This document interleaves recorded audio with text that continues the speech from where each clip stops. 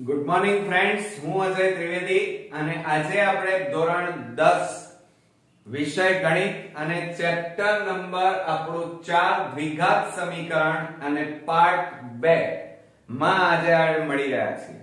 મિત્રો, આજના ટોપિકની અંદર લાસ્ટ દ્વિઘાત સૂત્રની રીતે આપણે ઉકેલ કેવી રીતે મેળવી શકીએ એ આપણે જોવાના છે. ભાગ 1 ની અંદર અવયવની રીત અને પૂર્ણ વર્ગની રીતે ઉકેલ કેવી રીતે શોધાય એના વિશે આપણે માહિતી મેળવી અને આજના વિડિયોની અંદર આપણે દ્વિઘાત સૂત્રની રીતે કેવી રીતે ઉકેલ શોધીશું એના વિશે આપણે ચર્ચા કરવાના છીએ. ખૂબ જ અગત્યનો વિડિયો બનવાનો છે આજનો, એટલે બરોબર ધ્યાન રાખજો મિત્રો. તો ચાલો શરૂ કરીએ. હવે આપણે દ્વિઘાત સૂત્રની મદદથી આપણે ઉકેલ શોધવાનો છે. જુઓ, આમ કુલ 3 રીતે દ્વિઘાત સમીકરણના ઉકેલ 3 રીતે શોધી શકાય. કઈ કઈ રીતે? અવયવની રીતે, પૂર્ણ વર્ગની રીતે અને દ્વિઘાત સૂત્રની રીતે. વિભાગ A માં હેતુલક્ષીમાં, અને આ યાદ રાખજો કારણ કે ઘણીવાર એક વાક્યના જવાબમાં પૂછવામાં આવે છે કે દ્વિઘાત સમીકરણના ઉકેલ કઈ 3 રીતે શોધી શકાય. તો આપણને આવડવું જોઈએ કે અવયવ, પૂર્ણ વર્ગ અને દ્વિઘાત સૂત્રની રીત. ક્લિયર? હવે આપણે પાછા અહીંયા જોઈએ કે દ્વિઘાત સમીકરણનું પ્રમાણિત સ્વરૂપ કયું એ પણ આપણે ગયા વિડિયોમાં શીખ્યા. ax² + bx + c = 0, જેમાં a is not equal to 0, એટલે કે a બરાબર 0 નથી. આ આપણું પ્રમાણિત સ્વરૂપ છે મિત્રો. શું છે આ? પ્રમાણિત સ્વરૂપ. અને આ ટૂંકા પ્રશ્નોમાં હેતુલક્ષીમાં આજનો વિડિયો ખૂબ જ અગત્યનો છે. હવે જો એના ઉકેલ શોધવા હોય તો તમારે સૌપ્રથમ પહેલા વિવેચક શોધવો પડે. શું શોધવું પડે? વિવેચક. અને વિવેચકને આપણે ધ્યાન રાખજો, વિવેચકને આપણે D, કેપિટલ D વડે પણ લખી શકાય, એને D પણ કહેવાય. અને D ન લખવું હોય તો વિવેચકને આપણે ડેલ્ટા વડે આ રીતે પણ આપણે લખી શકીએ. ત્રિકોણાકાર, આને ડેલ્ટા કહેવાય. શું કહેવાય? અને આને કેપિટલ D. ક્લિયર? હવે આ વિવેચક D નું સૂત્ર તમને આવડતું હોવું જોઈએ. b² - 4ac. યાદ રાખજો, કયું સૂત્ર છે? કેપિટલ D એ વિવેચક બરાબર b² - 4ac. હવે તમને એમ થાય કે સર a અને c ક્યાંથી લાવીએ, b ક્યાંથી લાવીએ? તો તમને જે સમીકરણ આપેલું હોય, તમને રકમમાં જે સમીકરણ આપેલું હોય એમાં જુઓ, x² ની સહગુણક a એટલે a મળી જાય, x નો સહગુણક b એટલે b મળી જાય, અને c અહીંયા અચળ પદ છે એ તમને અહીંયા મળી જાય. એ કિંમતો તમે આમાં મૂકી દો એટલે તમને વિવેચક d મળી જશે. ક્લિયર? હવે તમને d ની કિંમત 3 કાં તો મળી શકે. 3 એટલે અલગ અલગ પ્રકારની 3 મળી શકે. કાં તો એ 0 હોય, કાં તો એ 0 કરતા મોટી 1 2 3 4 5 50 25 75 35 27 28 હોઈ શકે, કાં તો 0 કરતા નાની હોઈ શકે, એટલે કે -1 -2 -5 -7 આવી હોઈ શકે. તો આ વિવેચક d ના મૂલ્યો 3 પ્રકારના હોઈ શકે. એક તો કયું હોઈ શકે? d <0, એટલે કે ઋણ હોય, 0 કરતા નાની સંખ્યા. એટલે કે d નું મૂલ્ય, d ની કિંમત 0 કરતા નાની હોય. અને જો 0 કરતા નાની એટલે -2 -5 -7 -25 એવી મળે. અને જો -25 એટલે કે 0 કરતા નાની કિંમત મળે તો યાદ રાખજો, વિકલ્પોમાં હેતુલક્ષીની અંદર ટૂંકા પ્રશ્નો, ખાલી જગ્યા, જોડકા અને ખરા ખોટા એની અંદર આ બધું પૂછાય છે. બરોબર? એટલે d <0 હોય ત્યારે દ્વિઘાત સમીકરણના વાસ્તવિક બીજ ન મળે ભાઈ. આ યાદ રાખજો, એક્ઝામ્પલ માં કામમાં આવશે. 2 માર્ક્સ ના જ્યારે દાખલા ગણતા હોય ત્યારે આ પૂછાય છે ઘણીવાર.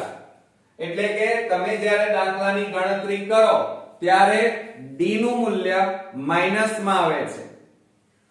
તો એ વખતે તમને ખબર હોવી જોઈએ કે d લેસ ધેન 0 એટલે કે d નું મૂલ્ય 0 કરતા નાનું હોય તો દ્વિઘાત સમીકરણના વાસ્તવિક બીજ ન મળે. Okay, clear? આ પહેલો ભાગ. હવે બીજા ભાગની અંદર જો d નું મૂલ્ય તમે દાખલાની ગણતરી કરો અને આ વિવેચકનું મૂલ્ય 0 મળે, વિવેચકની કિંમત જો 0 મળે તો યાદ રાખજો કે દ્વિઘાત સમીકરણના 2 સમાન બીજ મળે. કેવા મિત્રો મળે? 2 સમાન. યાદ રાખજો ટૂંકા પ્રશ્નોમાં કેવા બીજ મળે મિત્રો? સમાન બીજ મળે. ક્યારે સમાન બીજ મળે? d બરાબર 0 હોય ત્યારે. અને જ્યારે સમાન બીજ મળે તો કયા સૂત્રની મદદથી શોધી શકાય? તો યાદ રાખજો x બરાબર -b છેદમાં 2a. કયું? x બરાબર -b છેદમાં 2a. b છે એ તો આપણને અહીંયા ઓલરેડી મળી ગયો. પછી a તો a પણ અહીંયાથી મળી જાય. બરોબર? ક્લિયર? એટલે આ સૂત્રની મદદથી શોધી શકાય. મોસ્ટ ઇમ્પોર્ટન્ટ યાદ રાખજો.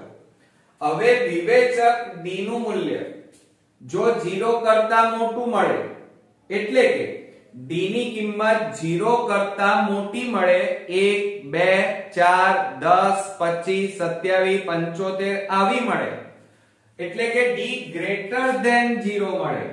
એનો મતલબ એ થાય કે d નું મૂલ્ય 0 કરતા મોટું છે. તો એવા સમયે દ્વિઘાત સમીકરણના 2 ભિન્ન ભિન્ન એટલે અલગ અલગ બીજ મળે. કેવા મળે મિત્રો? 2 અલગ અલગ ભિન્ન ભિન્ન બીજ મિત્રો મળે. ધ્યાન રાખજો. ક્યારે? કે જ્યારે d ગ્રેટર ધેન 0 હોય ત્યારે, 0 કરતા મોટું મૂલ્ય d નું હોય ત્યારે.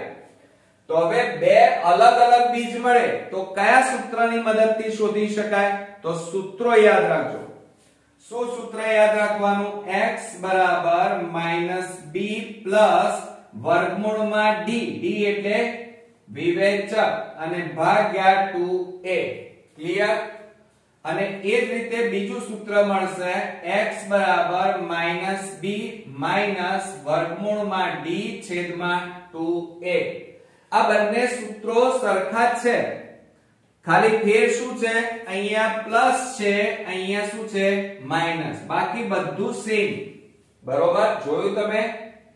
હવે જુઓ, તમને એમ થાય કે સર b ક્યાંથી મળશે? તો આ b તમને જુઓ સમીકરણ તમને આપેલું હોય ત્યાંથી મળી જાય, a પણ અહીંયાથી મળશે. અને d, તો d તમે આ સૂત્ર વિવેચક b² - 4ac ની મદદથી શોધી કાઢશો. એનો જે જવાબ આવે એ અહીંયા તમારે મૂકવાનો. ક્લિયર? એટલે આ રીતે d ગ્રેટર ધેન 0 હોય તો 2 ભિન્ન વાસ્તવિક બીજ મળે અને એ x બરાબર -b પ્લસ વર્ગમૂળમાં d છેદમાં 2a અને x બરાબર -b માઈનસ વર્ગમૂળમાં d છેદમાં 2a ના સૂત્રની મદદથી 2 અલગ અલગ બીજ શોધી શકાય. હવે આપણે આગળ વાત કરીએ. આ આપણી હતી દ્વિઘાત સૂત્રની રીત. હવે બીજી વાત કરીએ કે તમને આવો કોઠો પણ પૂછી શકાય. તો યાદ રાખજો કે વિવેચક એટલે શું છે? d છે. શું છે મિત્રો? વિવેચક એટલે d કહેવાય. આ વિવેચક d ની કિંમત જો ધન મળે, ધન એટલે 1 2 3 4 5, એટલે એનો મતલબ કૌંસમાં લખવું હોય તો આવું લખી શકાય d ગ્રેટર ધેન 0. બરોબર? ધન એટલે યાદ રાખજો, ધન એટલે 0 કરતા મોટા. તો બીજના પ્રકાર કેવા હોય? વાસ્તવિક અને ભિન્ન એટલે અલગ અલગ. આ રીતે આ ભણ્યા ને. અને જો d બરાબર 0 એટલે કે વિવેચકનું મૂલ્ય 0 મળે, d બરાબર 0 મળે, તો વિવેચકના મૂલ્યો એટલે કે d નું મૂલ્ય જો 0 મળે તો બીજના પ્રકાર કેવા મળે? વાસ્તવિક અને સમાન મળે મિત્રો. કેવા મળે? બંને સમાન વાસ્તવિક મળે. અને જો આ વિવેચકનું મૂલ્ય d <0 હોય એટલે કે ઋણ હોય વિવેચકનું મૂલ્ય, તો બીજ વાસ્તવિક બીજ ન મળે. એટલે કે બીજના પ્રકાર કેવા હોય પણ બીજ જ ના મળે મિત્રો. ખ્યાલ આવ્યો? એટલે યાદ રાખજો, હેતુલક્ષીમાં ખૂબ જ પૂછાય છે. ધન હોય વિવેચકનું મૂલ્ય તો વાસ્તવિક અને ભિન્ન બીજ મળે. જો વિવેચકનું મૂલ્ય 0 હોય તો વાસ્તવિક અને સમાન બીજ મળે. અને જો વિવેચકનું મૂલ્ય ઋણ હોય તો વાસ્તવિક બીજ ન મળે, સમીકરણના બીજ ન મળે. ક્લિયર? એટલે આ કોઠો પણ આપણા માટે અગત્યનો છે. હવે આ રીતે આપણી બધી રીતો અહીંયા પૂરી થઈ. 3 અવયવ, પૂર્ણ વર્ગ અને દ્વિઘાત સૂત્ર. હવે આ ચેપ્ટરની અંદર કેટલાક કૂટ પ્રશ્નો પૂછાય છે. હવે આ કૂટ પ્રશ્નોની અંદર 3 અગત્યના સૂત્રો તમારે યાદ રાખવાના છે. જો કે તમને આવડે છે કારણ કે 7મા 8મા માં ભણી ગયા છો, પણ તેમ છતાં આપણે રિપીટ કરી લેવા પડે કારણ કે અત્યારે 10મા માં આવડવા જરૂરી છે. અને એ છે લંબચોરસની પરિમિતિ બરાબર 2 ગુણ્યા કૌંસમાં લંબાઈ વત્તા પહોળાઈ. એક આ આવશે. આના ઉપરથી કૂટ પ્રશ્નો પૂછાય છે. બીજું છે લંબચોરસનું ક્ષેત્રફળ લંબાઈ ગુણ્યા પહોળાઈ. એક આ યાદ રાખજો. અને ત્રીજો એક કૂટ પ્રશ્ન આમાં ખૂબ જ અગત્યનો અને થોડોક હાર્ડ હોય છે, અને એ છે સમય બરાબર અંતર ભાગ્યા વેગ. યાદ રાખજો, સમય બરાબર અંતર ભાગ્યા વેગ.